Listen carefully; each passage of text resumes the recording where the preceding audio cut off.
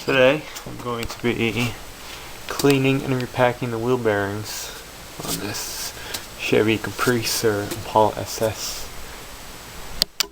It's pretty much straightforward. You gotta elevate your vehicle, take your wheel off, and disassemble all the brakes like you were changing the brake pads and the rotor.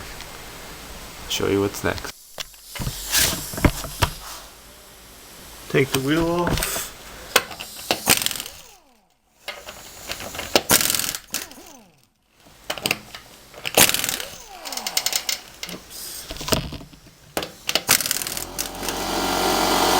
Taking off the caliper, get two 3/8 Allen bolts, one right over here, one up there.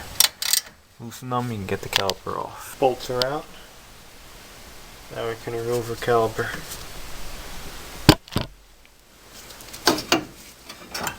Support it. Just gotta stash it up there for now. That'll be good. Now we can get a rotor off. Get the dust cap off.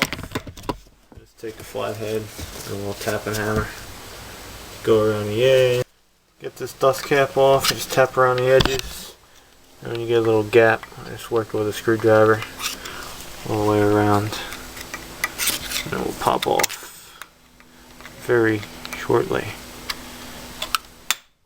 like that.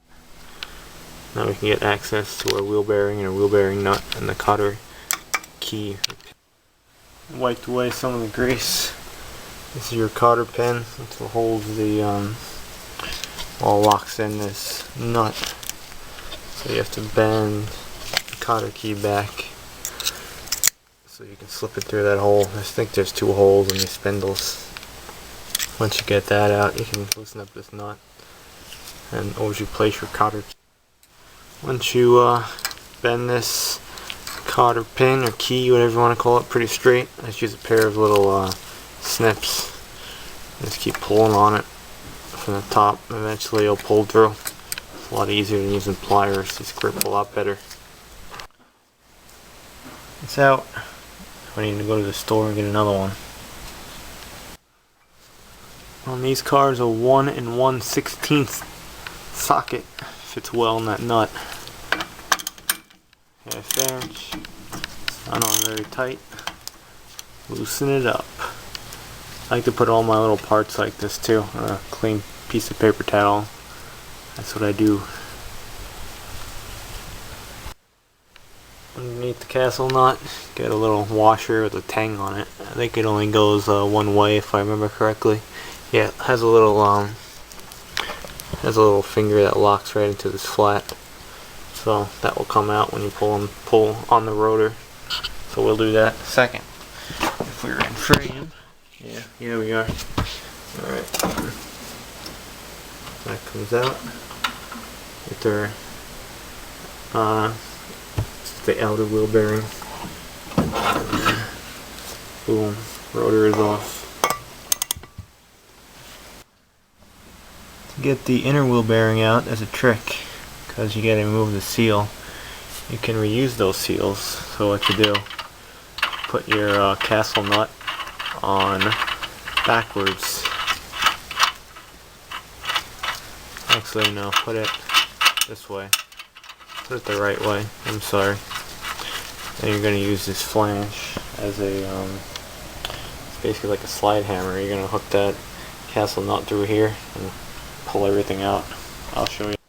Okay, trying to get a good angle over here. Yeah, that'll work. But I got the castle nut on the spindle. I have the rotor over it, and you just basically work it like a slide hammer. And seal comes out with the inner bearing. You can actually reuse this seal if it's in good shape, and I think it's in okay shape. You might reuse it. Second thought, I'm not going to reuse this because it got a little damaged. So now we have to clean up all these parts and these bearings. We're going to repack it. This is some old grease. It's kind of deteriorating over time. It's actually turning like sludge-like. So some fresh stuff in will be good for a while.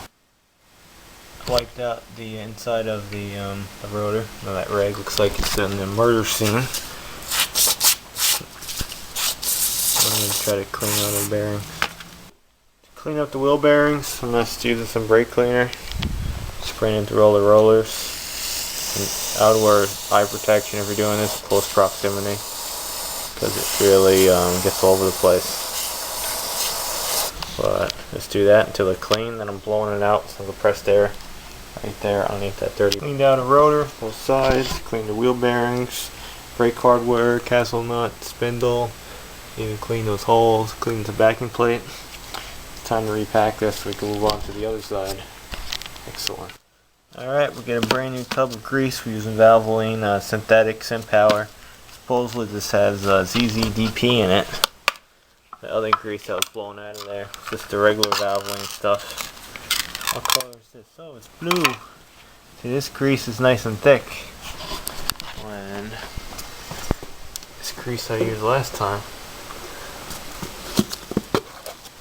separating. So it should work a lot better. And I have that same grease in those two ones, so I'm going to be doing 2 more. Yippee! How many wheels is that? 6 on the first one. Okay, let's get to work. I do take a little plastic baggie, put the bearing in with some grease, and just kind of work it in. Then I'll slam those bearings back in the rotor, because if you do it that way you're not going to get messy palms. It's cleaner. This is real hard to show, but as you see I got a bearing in a bag with a bunch of grease, and we're just slowly working it in there. You can do that in your palm of your hand when it makes a mess, so this way it's cleaner, like I said, and it works out for me. Or you can buy a bearing packer too, but I don't have one of those. The camera was getting a little greasy due to my gloves, so I stopped recording, but I got the bearing in, I packed it. I put a generous amount of grease, and I like to put a lot over there with the seal rods.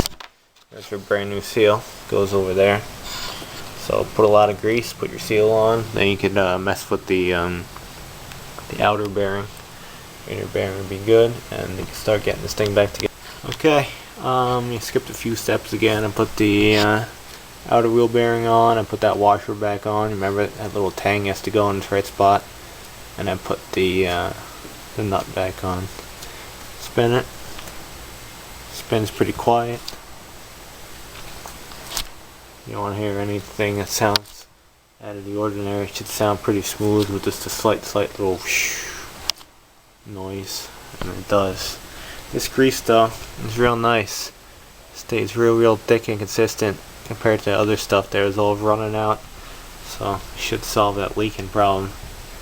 And again, I gotta do the other ones, but I'll show you what to do to tighten up this nut, and then I'm signing out. Gonna get another pin, parts store, knock out the other side, and I'm done for today. Bag method, I gotta go thank my old shop teacher, 84400, that's his channel name. He knows the same guy. We used to go to school together. But yeah, go subscribe to him and get cool stuff. And another thing, always remember to put your cotter pin in. There was a kid named Lorenzo, I remember. We had a Chevy van. Left the cotter pin out, just made this thing super tight. Wheel went loose, ate up the spindle, wrecked the caliper, everything. It's all parts fan at Toyota. It's pretty funny. I was like, come on, even I know that. And I was just starting to work in there. But tighten these things up. You don't have to go very tight at all. Like the torque spec on it, I think it's like 8 foot-pounds or something. Just make sure it's nice and snug, and you can't rock the rotor in and out. And basically your cotter key is holding that whole assembly together. I think right about here is plenty. So we just gotta line it up, and not like with suspension parts. You know, if you can't line up with this, you can go back. The size of the cotter pin you need, like a Caprice, is 1/8 by 2 inch. Fits perfect. Alright, we put a cotter pin back in and put a dust cap back on, and spins quiet, slows down fast, unlike before. The thing went the grease is just gone on that thing. You don't have to use the whole tub of grease. of course, when you do this. I probably put too much, like I always do, but should be good for a couple of years. Yeah, this common style. Well, this style of hub with the circle wheel bearings used to be common on rear wheel drive and front wheel drive. They have them in the back, but these days nothing's gonna have this. This is gone 20 years ago, so it's a lost art. Quick tip I'll add in. I should have this on the other side, but I didn't. Take your dust cap off first, then take your caliper off. So when you're pounding on this thing, your caliper's up here, it's gonna wiggle around. So leave it intact, get the cap off first, then take the caliper off.